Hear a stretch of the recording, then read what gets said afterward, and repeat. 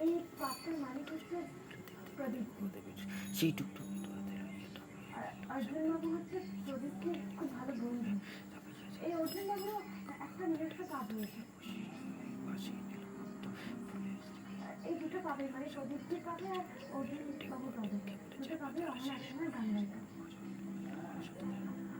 তারপর দুজনের সঙ্গে সম্পর্কে জড়িয়ে পড়েছিল।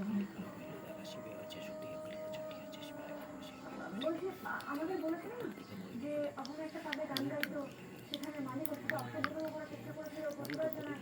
তারপর সেই পাবের মালিক ওকে পাব থেকে বের করে দেয় এবং সব জায়গায় গান গাওয়ার সুযোগ বন্ধ করে দিয়েছিল, মুখে বন্ধ করে দিয়েছিল। কথাটা একেবারে ও আপনার দুর্বল নেই, শুধু সময়।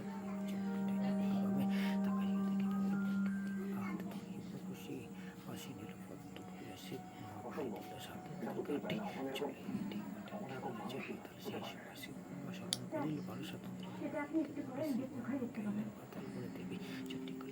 আমার সঙ্গে অর্জুন যেটি সম্পর্ক ছিল সেটা আপনি নিজের চোখেই দেখতে পাবেন, তখনই বিশ্বাস করবেন।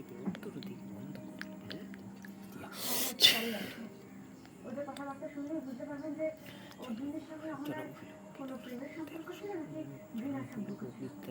তখনই আপনার কাছে একটা পরিষ্কার হয়ে যাবে।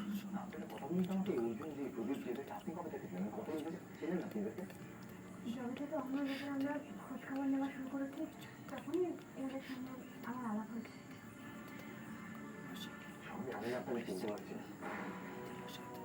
একজন স্বামীর যে অনাথ আসবে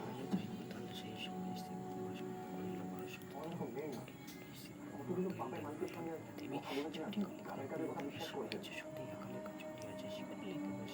তুমি যে ব্যক্তি তার কথা বিশ্বাস না করে আপনি কাউন্টেন্টগুলোর কথা বিশ্বাস করছেন, আমি সত্যি চিনতে পারছি না আপনার শ্যামলী।